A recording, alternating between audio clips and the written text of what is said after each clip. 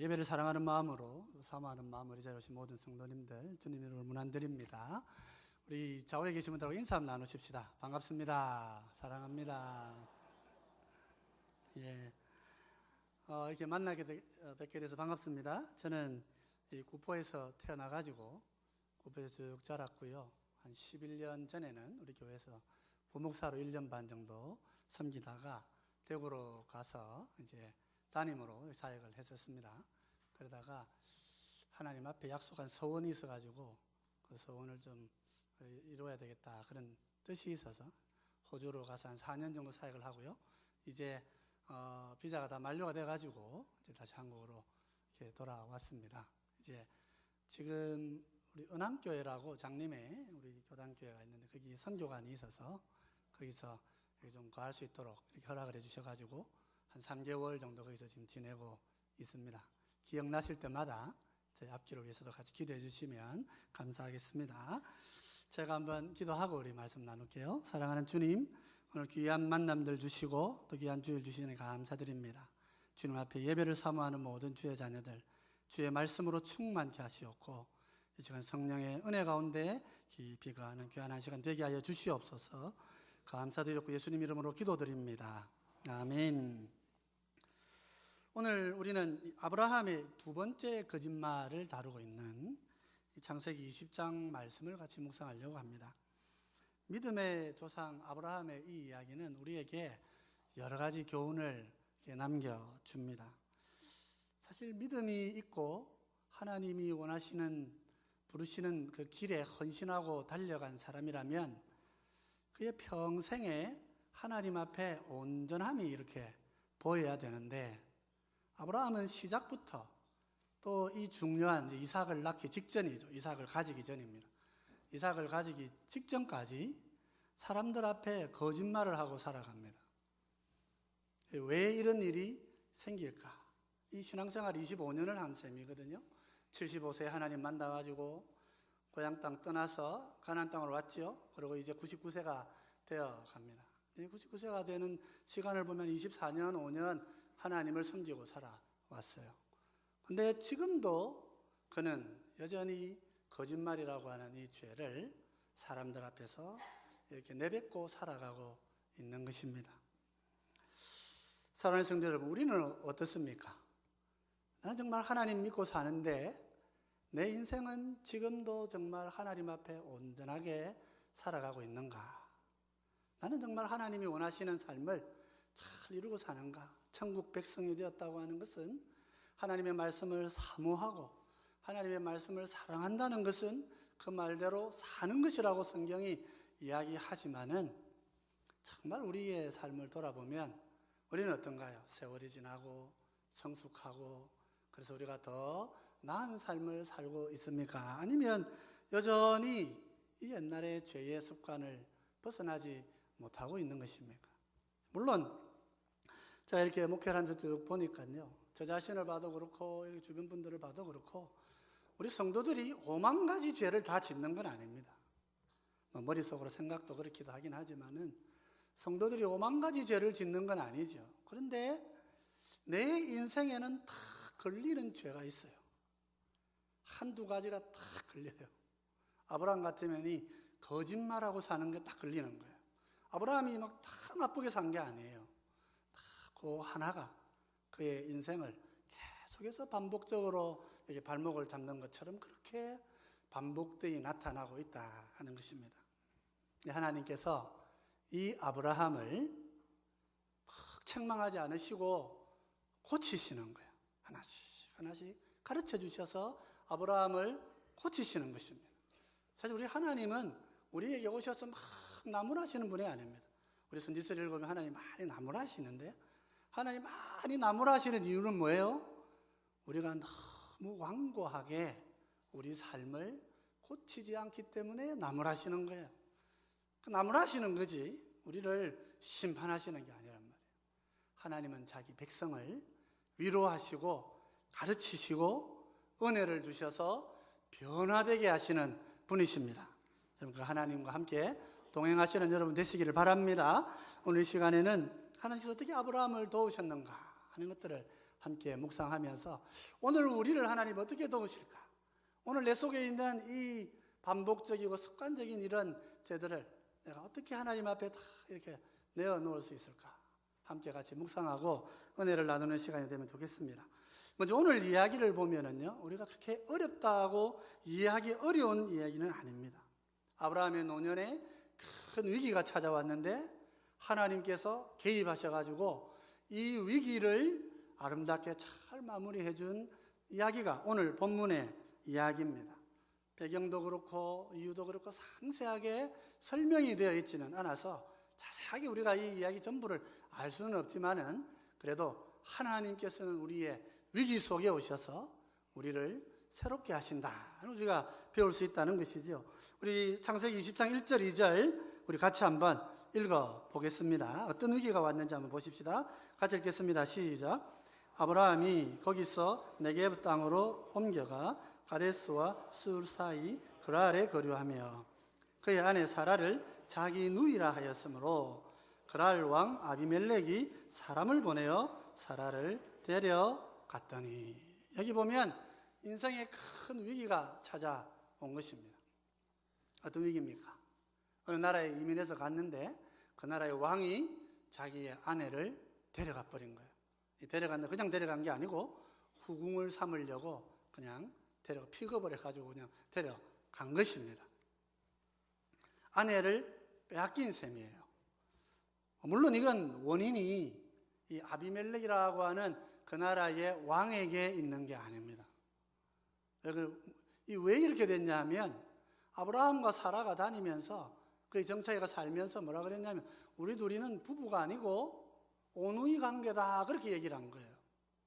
그러니까 왕이 가다가 이 사람이 이렇게 자기 마음에 맞으니까 이 여인을 데려다가 자기의 후궁을 삼으려고 데리고 간 것입니다.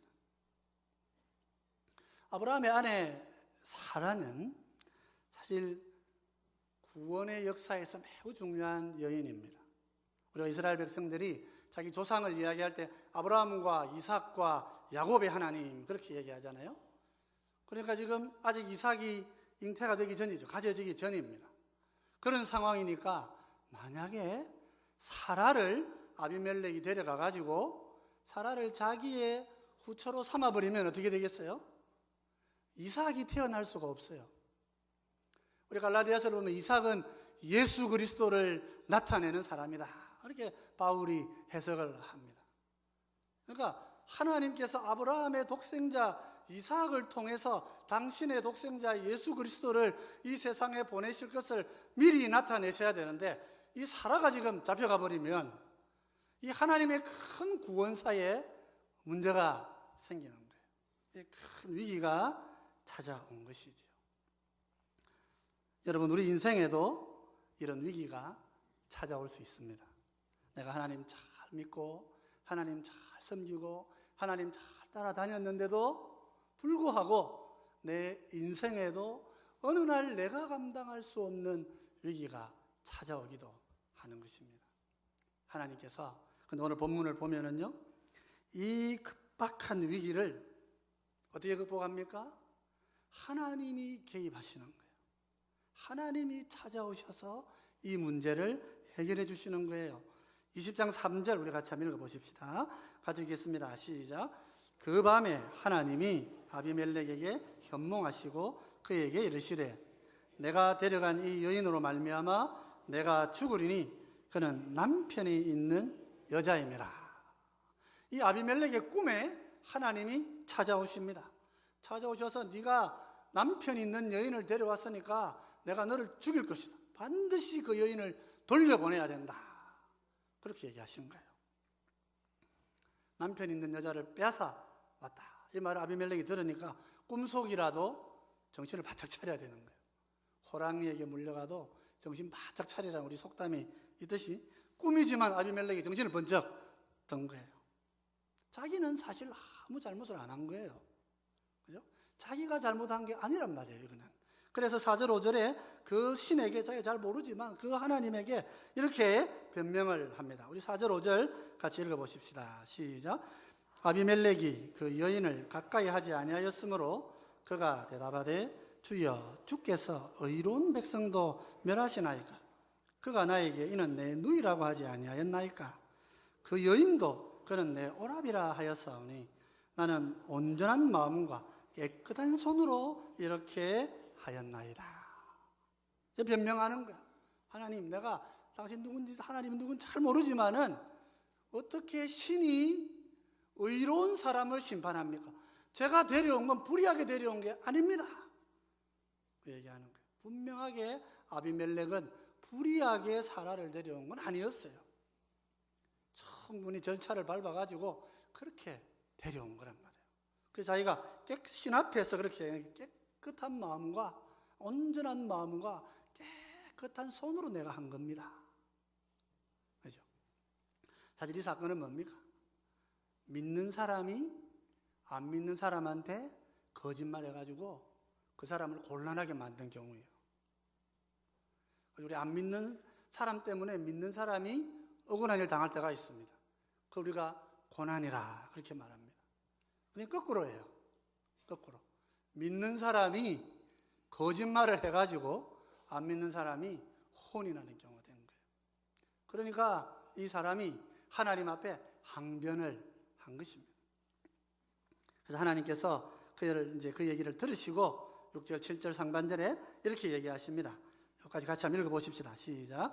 하나님이 꿈에 또 그에게 이르시되 내가 온전한 마음으로 이렇게 한 줄을 나도 알았으므로 너를 막아 내게 범죄하지 아니하게 하였나니 여인에게 가까이 하지 못하게 함이 이 때문이니라.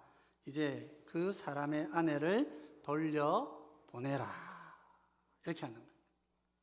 그래서 아브라함 노년에 아브라함이 계속해서 자기가 평생 살아오면서 해결하지 못했던 이 반복되는 죄, 이 거짓말하는 거 말이에요. 쉽게 거짓말해버리는 거예요. 쉽게 가서 거짓말해버리는 거예요. 이 거짓말하는 죄 때문에 사실은 크게 보면, 다르게 보면 아비멜렉 입장에서 보면 위기도 아닌 것이 아브라함 인생에는 큰 위기가 된 것입니다. 하나님께서 꿈에 이 아비멜렉을 나무라시고는 그 사람의 아내를 돌려보내라 하고 이 문제를 해결해 주신 거예요. 그래서 우리 성도들도요, 위기를 만나면 어떻게 해야 됩니까? 우리를 도우시는 하나님 앞에 가서 하나님께 도움을 요청해야 되는 것입니다. 오늘 이 얘기대로라면은요, 우리가 잘못해도 하나님은 들어주셔요. 하나님은 우리를 자기 백성으로 삼으시고 그 아들 예수 그리스도를 십자가에 못 박아서 우리의 죄를 다 사해 주시고 그 영원한 생명, 부활의 생명에 우리를 참여하게 하셨기 때문에 우리가 세상에 살아가면서 이렇게 다른 사람을 난처하게 만들고 우리가 잘못해도 하나님 어떻게 하신다고요? 우리를 건져주신단 말이에요. 그 하나님 믿으시고 환난과 어려움 중에서 하나님 찾으시는 여러분 되시기를 바랍니다. 하나님은 우리가 잘못한 거 막 떨쳐내시고 나무라시는 게 아니에요. 하나님은 우리의 그 잘못에도 불구하고 자기 아들부터 구해놓고 우리 양자 삼은 우리 자녀들을 먼저 구해놓고 그 다음에 일을 하시는 것입니다. 사실 오늘 이야기는 여기서 끝이 난 거예요. 설교는 사실 다 끝난 것입니다. 여러분, 하나님은 우리를 위기 가운데 건지시기 때문에 설령 내가 잘못했다 하더라도 우리가 하나님 앞에 나가면 하나님은 우리를 충분히 건지시고 회복하시는 분이시다. 그 마음 믿음 마음에 잘 간직하시기 바랍니다. 근데 오늘 이 얘기를 전체적으로 쭉 이렇게 전체 얘기는 이렇습니다만은 우리는 이 이야기를 여기서 멈출 수가 없어요. 왜 그렇습니까? 이 질문이 떠오르기 때문에 그런 것입니다. 이야기는 해피엔딩이에요. 하나님 백성은 잘못해도 하나님이 지키신다. 내가 잘못한 것 갖고도 하나님께 나가서 기도하면 구원받는다, 회복된다, 그렇게 말할 수 있는데 또 다른 이면에 이런 질문이 생기는 거죠.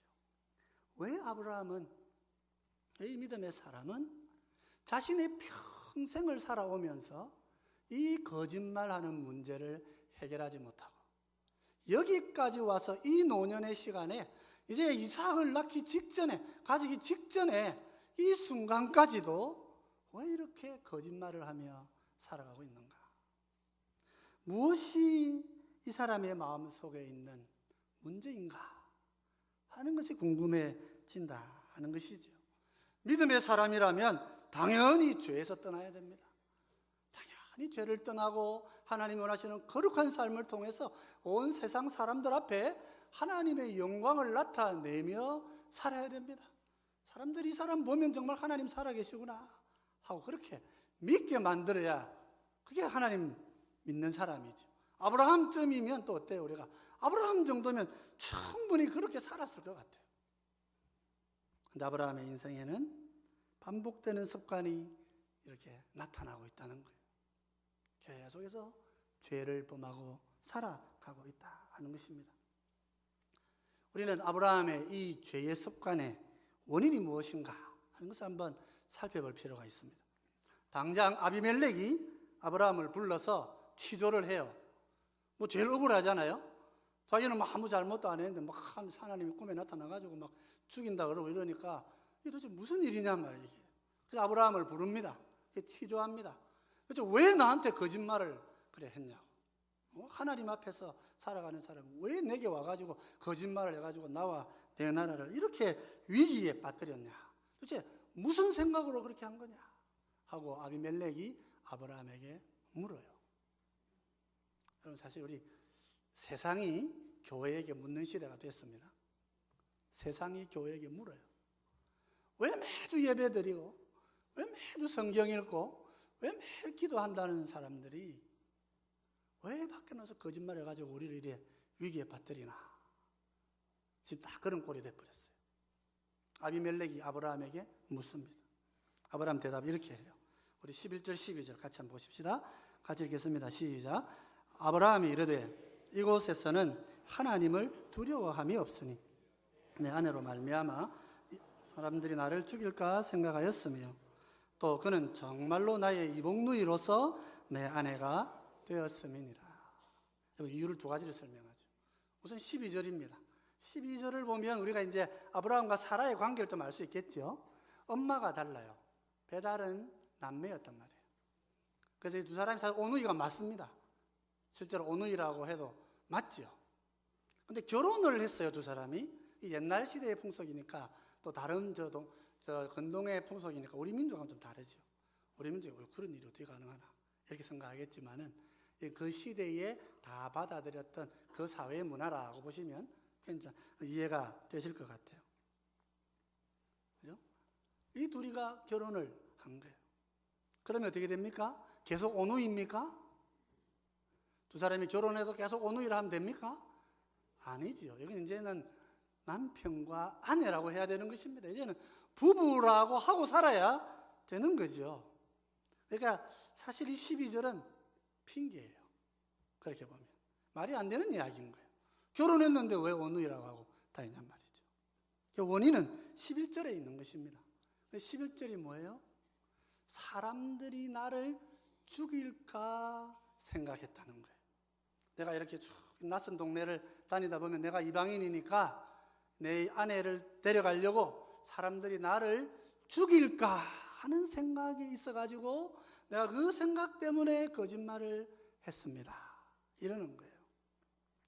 사실 이제 말은 생각을 했습니다. 이렇게 되어 있어요. 생각을 했습니다. 요거는 이제 생각이죠. 이성적인 이야기예요. 아브라함의 마음 속에 있는 감정은 뭐겠습니까? 그러면 사람들이 나를 죽일까 하면 내 마음에 뭐가 들어와요? 두려움이 찾아오는 거예요. 두려움. 그죠? 공포가 찾아오는 거예요. 불안이 찾아오는 거예요. 그죠? 이게 아브라함이 이게 뭘 보여주냐면 아브라함이 하나님 말씀을 따라 살아갈 때에 먼 길 집안을 떠나 친척 집을 떠나 가라 하나님 그렇게 말씀하실 때 덜커덕하고 따라갔는데 그의 심령 속에는 뭐가 있다고요? 하나님 따라다니면서 항상 불안함이 같이 따라다녔단 말이에요. 불안이 아브라함의 친구였어요. 사실 오늘 본문의 13절에 가보면은 거짓말을 두 번 한 건 아닙니다. 13절 같이 한번 읽어보십시다. 같이 읽겠습니다. 시작. 하나님이 나를 내 아버지의 집을 떠나 두루 다니게 하실 때에 내가 아내에게 말하기를 이후로 우리의 가는 곳마다 그대는 나를 그대의 오랍이라 하라. 이것이 그대가 내게 베풀 은혜라 하였었노라. 무슨 말입니까? 아브라함이 거짓말 2번 했습니까? 그런 뜻이 아니에요. 지금 아비멜렉이 이제 취조를 하니까 이실 짓고 하는 거예요. 사실은 우리 부부가 저 갈대아우로 떠나올 때부터, 이방에 나올 때부터 우리가 서로 의논했다는 거예요. 우리 둘이 오누이라고 하자. 이 불안이 어느 날 갑자기 생긴 불안이 아니에요. 하나님의 약속의 말씀을 따라 순종하면서 생긴 불안이에요. 그때부터 그의 마음속에는 계속해서 이 불안이 있었고, 다니는 곳곳마다 거짓말로 위기를 모면해 왔던 것입니다. 참 충격적인 사실이에요. 믿음의 사람 아브라함이 그 가슴 속에 큰 두려움을 안고 가는 곳곳마다 거짓말로 사람들을 속이고 그 거짓말로 안전을 꾀하고 살았다고 하는 것, 우리가 잘 이해하기가 어려운 이야기예요. 근데 그게 사실이라고 자기 입으로 얘기하잖아요. 우리 그래 했다는 거예요. 사실 저도 이렇게 고향 떠나가지고 이리저리 다니고 이 나라 저 나라 다녀봤는데요. 뭐 공부한다고 사역한다고 이렇게 비행기 타고 외국으로 다닙니다. 하나님이 인도해 주시고 하나님이 재정도 채워주시고 하나님이 사람도 만나게 해주셔서 정말 기적 같은 일들이 일어났어요. 나중에 진짜 간증집으로 책을 한번 내고 싶어요. 하나님이 해주신 일이 어떤 것인가 하고 싶어요. 그런데 그럼에도 불구하고 항상 이 새로운 것을 시작할 때가 되면 마음속에 뭐가 찾아옵니까? 두려움이 찾아와요. 호주 가야 되는데 잘 살 수 있을까? 이 두려움이 찾아오는 거예요. 한국 돌아와야 되는데 정말 내 인생이 괜찮을까? 걱정이 앞서는 것입니다. 우리가 믿음의 길을 걸어가는데도 사실은 길을 쭉 걸어가는 가운데 이런 불안함이 계속 우리 마음속에 자리할 수 있다 하는 거예요. 그럼 여러분 어떻게 해야 됩니까, 여러분? 이걸 내 마음속에 이 불안, 이 거짓말 이거 내가 다 인정하고 어떻게 해야 됩니까? 저 산에 올라가가지고 하나님께 나무 뿌리 뽑고 이거 막 해결해달라고 기도해야 되겠지. 근데 아브라함 그렇게 안 한 것 같아요. 이 가슴 속에 이 불안 때문에 그는 25년의 세월을 쭉 지나오면서 가는 곳곳마다 얼마나 많은 하나님의 은혜가 있었습니까? 얼마나 많은 하나님의 기적이 있었습니까? 그가 체험하지 않은 사람이 아니에요. 우리 같이 뭐 그냥 하나님 은혜 체험 안 하고 뭐 하나님 큰 부르심 말고 그냥 주일날 하루 예배 드리고 뭐 그냥 이 교회 와서 조금 봉사하고 하는 이런 정도로 사는 사람 같으면야 뭐 그럴 것 같은데, 이 아브라함이 누굽니까? 믿음의 조상 아닙니까? 우리를 영적인 아브라함의 자녀라고 하는 이 믿음의 조상인데 그의 삶에도 보면 이 해결되지 않는 문제가 계속 있었다는 것입니다. 당연히 이런 질문이 좀 더해져요. 아브라함에게는 왜 이런 불안이 끊이지 않았을까? 또 한 가지 더 질문이 이렇게 되는 거예요. 왜 그렇게 결단의 삶을 사는데 그렇지 못할까? 하나님 앞에 떠나서 담대하게 살아가는데 왜 그는 자기 인생에 이 담대한 믿음대로 살았던 대로 그 마음에도 평강과 기쁨을 왜 소유하지 못했을까? 왜 그가 이 중요한 때에 또다시 거짓말을 하고 있는 것인가? 사실 성경은 명료하게 그 이유를 밝히지 않습니다. 그래서 우리가 좀 생각을 하고 본문을 묵상하면서 좀 추측을 해봐야 됩니다. 두 구절이 왜 아브라함이 그랬는지를 보여줘요. 우선 7절 말씀을 한번 보십시다. 7절 말씀 20장 7절입니다. 같이 읽겠습니다. 시작. 이제 그 사람의 아내를 돌려보내라. 그는 선지자라. 그가 너를 위하여 기도하리니 내가 살려니와 내가 돌려보내지 아니하면 너와 내게 속한 자가 다 반드시 죽을 줄 알지니라. 이제 사라를 돌려보내라. 안 돌려보내면 죽일 거다. 근데 돌려보낼 때 그냥 사람만 돌려보내지 말고 아브라함에게 기도를 받으라 그래요. 기도를. 하나님께서. 아브라함이 정확하게 무슨 기도를 했는지가 안 나와요. 그러니까 정확하게 어떤 기도했는지 몰라요. 그렇지만은 분명한 것은 그 결과를 통해서 뭘 기도했는지는 알 수 있어요. 이 17절입니다. 17절 같이 한번 읽어보십시다. 시작. 아브라함이 하나님께 기도하매 하나님이 아비멜렉과 그의 아내와 여종을 치료하사 출산하게 하셨으니. 여기 보세요. 아브라함이 기도했더니 아비멜렉, 이 남자죠. 그리고 아내, 여자입니다. 여종, 아마 첩이겠죠. 후처들이겠죠. 왕의 후처들이겠죠. 이 사람들이 어떻게 됐다고요? 다 고쳐져 가지고 아이를 낳았다는 거예요. 아이를 낳았다. 여러분, 아브라함이 어떤 사람입니까? 아브라함이 중요한 일이 있습니다. 이 86세 때에 큰 일이 있어요. 창세기 16장을 보면은요, 그 사건을 얘기합니다. 제가 1, 2절 읽고 여러분 16절 같이 한번 읽읍시다. 아브라함의 아내 사레는 출산하지 못하였고 그에게 한 여종이 있으니 애굽 사람이요 이름은 하갈이라. 사레가 아브라함에게 이르되 여호와께서 내 출산을 허락지 아니하셨으니 원하건대 내 여종에게 들어가라. 내가 혹 그로 말미암아 자녀를 얻을까 하노라 하매 아브라함이 사레의 말을 들으니라. 우리 16절 같이 읽읍시다. 시작. 하갈이 아브라함에게 이스마엘을 낳았을 때에 아브라함이 86세였더라. 지금이 99세니까 13년 전에 이스마엘을 아들로 얻었습니다. 그죠? 그러니까 이게 한번 잘 생각을 해보면 그런 거예요. 사실 86세 때 어떤 일이 있을까? 아마 사라가 아이를 낳지 못하는 여인이 되었을 것입니다. 경수가 끊어지고 폐경이 되었기 때문에 아이를 낳지 못했을 거란 말이에요. 그러니까 아브라함이 75세 때 나와서 85세가 되는 이 10년 동안에 무슨 소망을 가졌냐면 하나님이 아들 주실 것이다. 이 소망을 가졌어요. 그런데 85세쯤 되니까 아내가 75세쯤 돼요. 그런데 아내가 이제 더 이상 아이를 가질 수가 없는 여인이 된 거예요. 그러니 어떻게 됐겠어요? 성경은 말하고 있지 않지만 아브라함에게는 엄청난 충격이 찾아왔을 거란 말이에요. 그래서 이 부부가 어떻게 합니까? 우리 집에 있는 젊은 여자, 얘를 통해 가지고 하녀, 얘를 통해 가지고 자식을 얻자. 그것도 우리 아들 아이가 하고 받아들인 거예요. 그래서 아이를 낳았다는 것입니다. 그 옛날에는 우리나라도 막 시바지 쓰고 이래 가지고 아이를 그렇게 했잖아요. 아이를 그렇게 얻었습니다. 아이를 낳지 못할 때. 근데 이게 좀 문제가 있는 거예요. 이게. 왜 문제가 있습니까? 이 아들이 하나님이 주신 아들입니까? 쿨이 말하기는 좀 이상해요. 하나님은 사라를 통해서 아들을 주신다 했잖아요.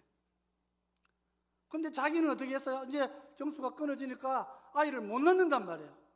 아이 큰 충격이에요. 하나님이 아들은 못 주시네 이렇게 생각합니다. 그 어떻게 해요? 자기들의 방법을 써가지고 아들을 하나 만들어 와요. 그래가지고 이 아들이 내 아들이다 이렇게 하고 사는 거예요.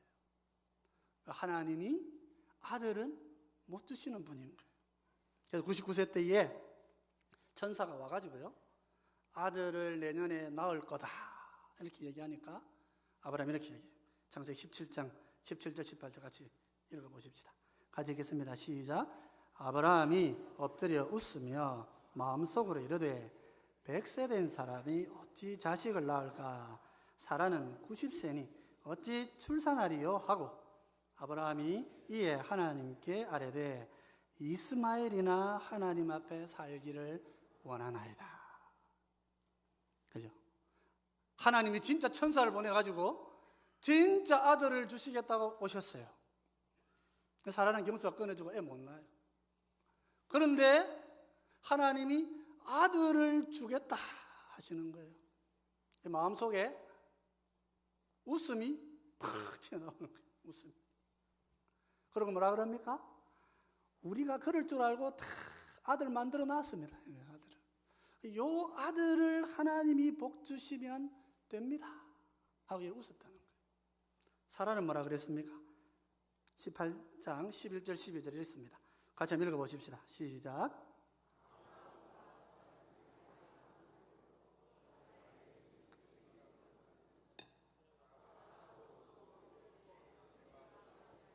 내 주인도 늙었으니 내게 무슨 즐거움이 있으리요.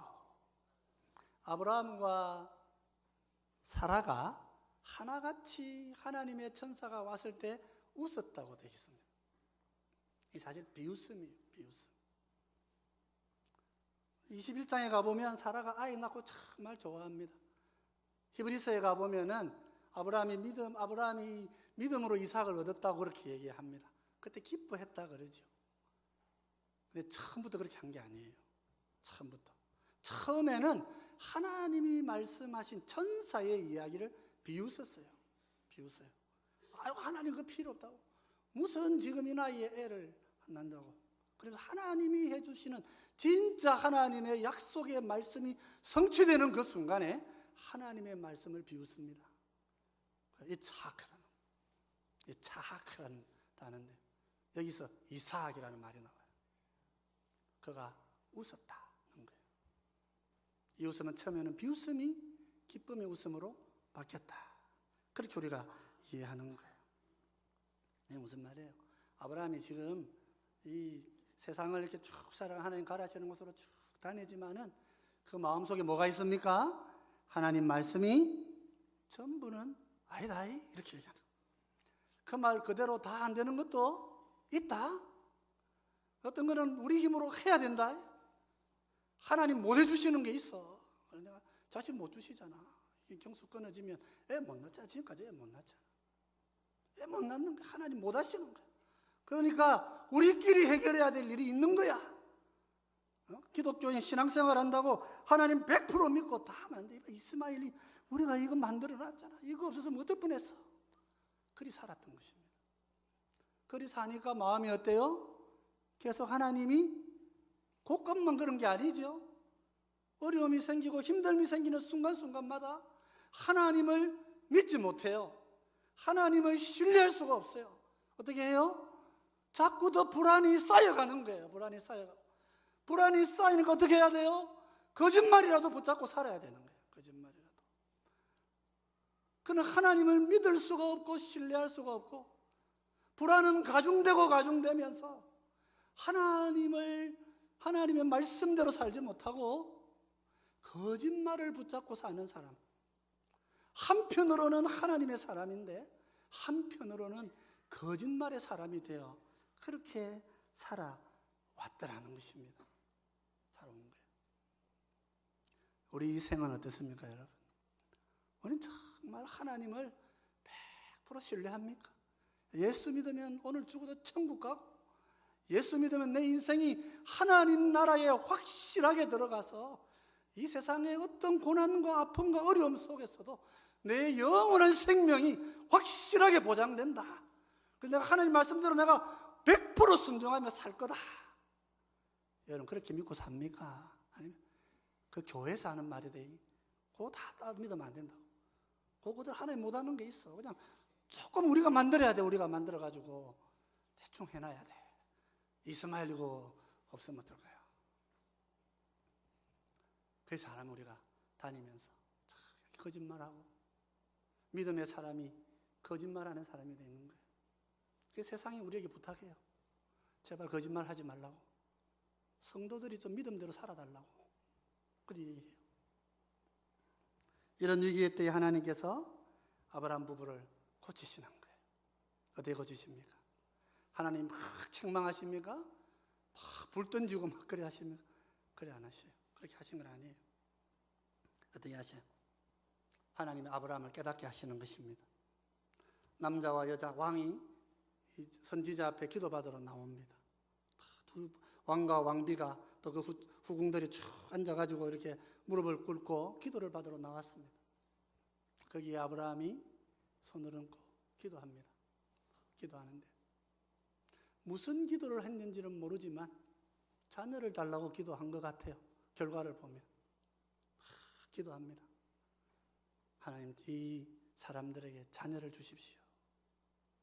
그런데 자기를 생각해야죠. 자기는 어떤 사람이에요? 하나님과 애 안 주실 거라고 믿고 있었단 말이에요. 그러니까 자기가 애 만들어가지고 지금 살아가고 있는 선지자 아니에요. 자기가. 그게 마음의 깨달음이 오는 거예요. 성경에 나타나 있지는 않지만 아브라함이 어떻게 얘기했습니까? 이 기도 끝에 하나님 앞에 회개했을 것입니다. 내가 하나님의 약속을 믿지 않고 사람의 것으로 내 생각으로 이렇게 자녀를 만들어 가지고 이거 옹야옹야 믿고 이렇게 살아와서 하나님 앞에 범죄한 것을 용서해 주십시오. 우리 유태영 박사님이라고요, 이 탈무드가 이 부분을 이렇게 해석한다 그럽니다. 사라가 자기가 아이를 못 낳으니까 이게 이제 좀 힘들잖아요. 그래서 너무 정반스러워서 하가를 이렇게 아이만 하나 얻으려고 하가를 줬는데, 아브라함이 이제 이스마엘 낳고 나니까 어떻게 합니까? 애 보려고 맨날 그만 갈 거 아니에요. 애 보려고 가다가 맨날 젊은 여자하고만 같이 있는 거예요. 그래서 할머니가 화가 나가지고 13년간 울분의 기도를 하나님께 드렸더니 하나님이 기도를 들어주셨다. 뭐 그렇게 해석을 한다 그래요. 이 탈무드는 이 부분을 그렇게 해석한다 그럽니다. 사실 그 이야기는 유대인들의 이해입니다. 오늘 본문에 아브라함이 하나님 앞에 기도하면서 깨달음이 오는 거예요. 아이를 낳게 하거나 아이를 못 낳게 하는 이는 하나님이시다. 하나님이시다. 경수가 끊어졌느냐 안 끊어졌느냐는 과학이 하는 이야기예요.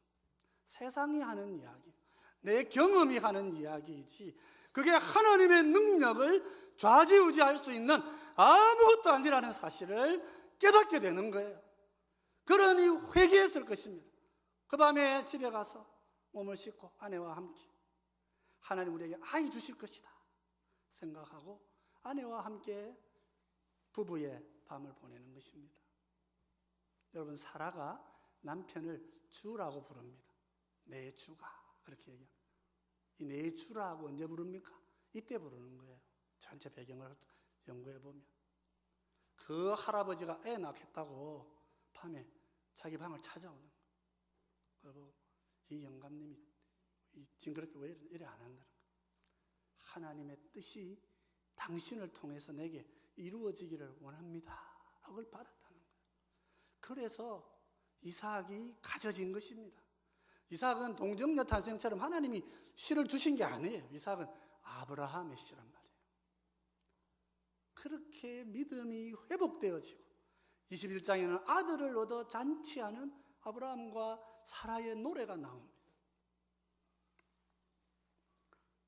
사랑하는 성도 여러분, 우리 하나님은 이 믿음 없는 아브라함을 도우시는 거예요.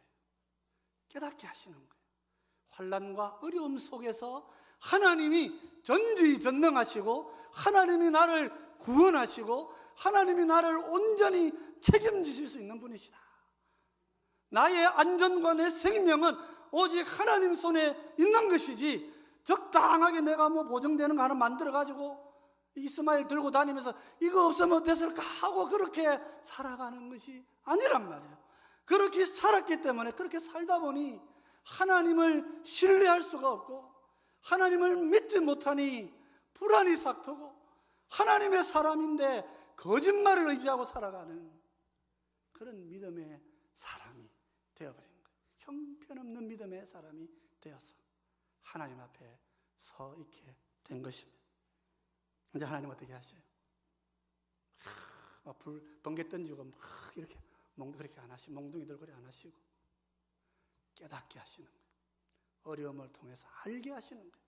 내가 너를 지키고 내가 너를 보호하고 내가 어느 곳에 가든지 너와 항상 함께 있었던 너의 하나님이다. 이제 나를 믿고 불안하지 말고 거짓을 의지하지 말고 하나님의 백성으로 거룩하고 온전하게 살아라 하고 아브라함을 자유케 해주신 것입니다. 우리 이 하나님 붙드시고 우리 힘으로는 할 수가 없죠. 우리 이해가 안 되잖아요. 경수가 끊어진 여자 어떻게 애를 낳는다고 우리가 그렇게 장담할 수 있겠습니까? 우리는 내일을 장담할 수가 없습니다. 그래서 우리 실수하기도 하고 그래서 우리는 낙심 속에 살기도 하잖아요. 그런데 하나님은 믿음 없는 우리를 도우시는 거예요. 말씀을 통해서 깨닫게 하시고 성경과 기도를 통하여서 하나님이 누구신지 우리 가운데 보여주시는 줄 믿습니다. 이 믿음 잘 붙드시고 믿음 가운데 소망 갖고 사시는 모두 되시기를 바랍니다. 우리 시간에 이 찬양 한번 같이 부르시고 같이 한번 기도하면 좋겠습니다. 은혜 아니면 살아갈 수가 없네. 호흡마저도 다 주의 것이니 세상 평안과 위로 내게 없어도 예수, 오직 예수뿐이네. 좀 찬양하십시다.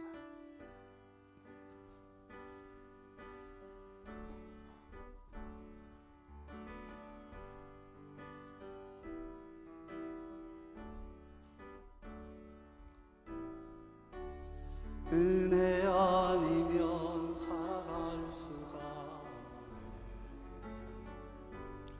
호흡마저도 다 주의 것이니 세상 평안과 위로 내게 없어도 예수, 오직 예수.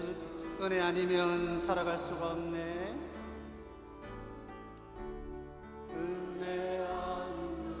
살아갈 수가 없네. 호흡마저도 다 주의 것이니 세상 평안과 위로 내게 없어도 예수, 오직 예수뿐이. 크신 계획 다 볼 수도 없고 크신 계획 다 볼 수도 없고 작은 고난에 지쳐도 주께 묶인 나의 모든 삶 버티고 견디게 하시네. 은혜 아니면 살아갈 수가 없네. 나의 모든 것 다 주께 맡기니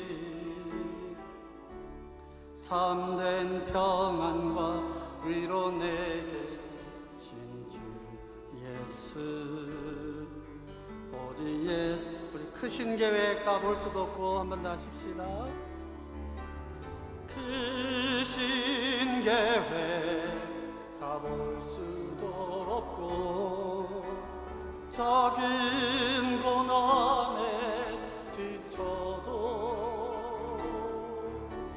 주께 묶인 나의 모든 삶 버티고 견디게 하시네.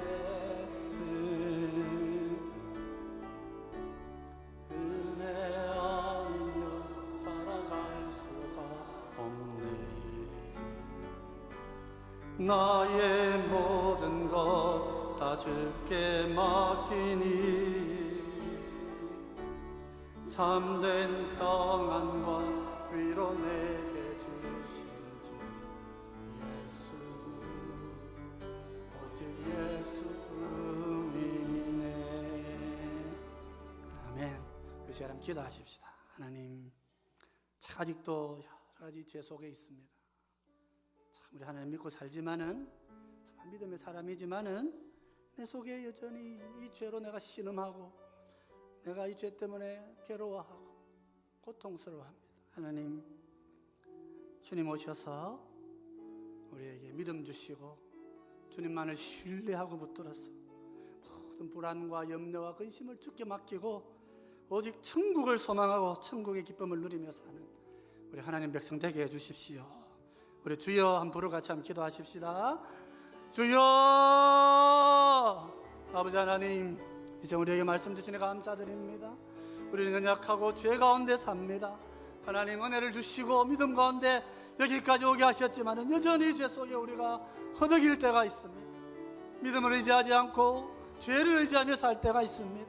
주님, 우리를 평강케 하시고 은혜 가운데 붙들어 주시고 성령의 충만함을 주셔서 주님 안에 온전케 하시고 강건케 하여 주시옵소서. 참된 소망과 오직 우리 주님 안에 있는 그 은혜를 소망하며 살아가는 우리 모두 되게 하여 주시옵소서.